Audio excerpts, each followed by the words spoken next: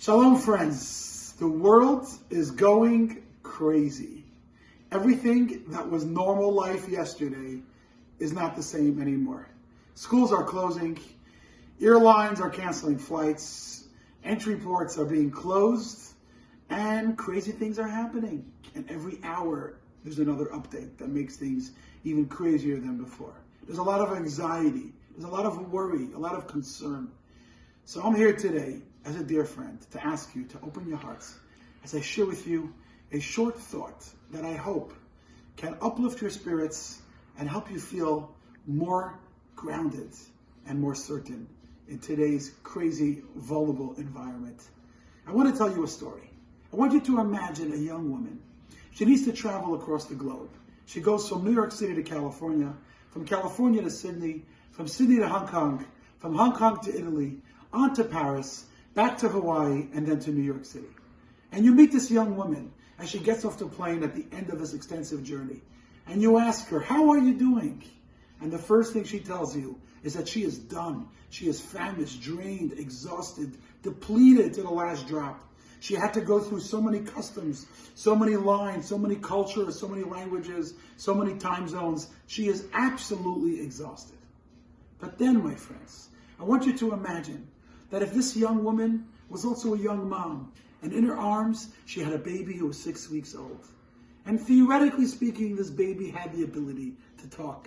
And you turn to the child and you say, tell me, baby, how are you? How was your journey across the globe? And the baby looks at you with a shy smile and says, me? I had a great time. Everything's good. I was in my mother's arms the whole time. My friends, what a powerful message. Life is crazy. The last 48 hours have been crazy, and experts say the coming days are going to be even crazier.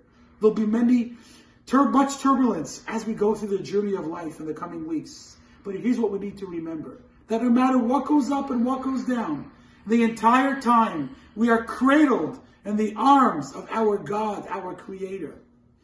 The CDC is reminding us continuously how important it is for us to wash our hands. That is true, and that is so important. But equally as important is to remember whose hands we are in. My friends, we are feeling so vulnerable because we feel like we lost control. But the truth is, we never had control to begin with. What we lost this week is our illusion of control. We thought we are in the driver's seat.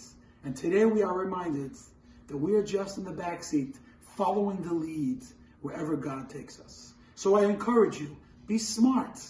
Listen to what the health regulators are telling us. But at the same time, be wise.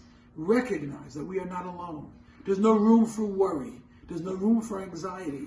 There is room to take a deep breath. Right now, stop what you're doing. Join me as we take a deep breath and we let go and we let God and we recognize that while the coronavirus is very contagious, but positivity, love, faith, and joy is equally as contagious. So I wish you Shabbat Shalom.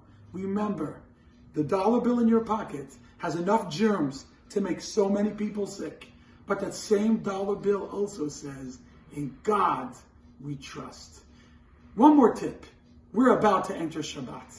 On Shabbat, I encourage you, take a break from technology. We are being bombarded every moment on social media, on WhatsApp, and all kinds of news outlets with new information about this virus that is increasing to our anxiety, worry, and concern. It's Shabbat. Take a break. Shut the phone. Embrace the presence of God within your heart. And together, let's wish each other a happy and healthy Shabbat Shalom.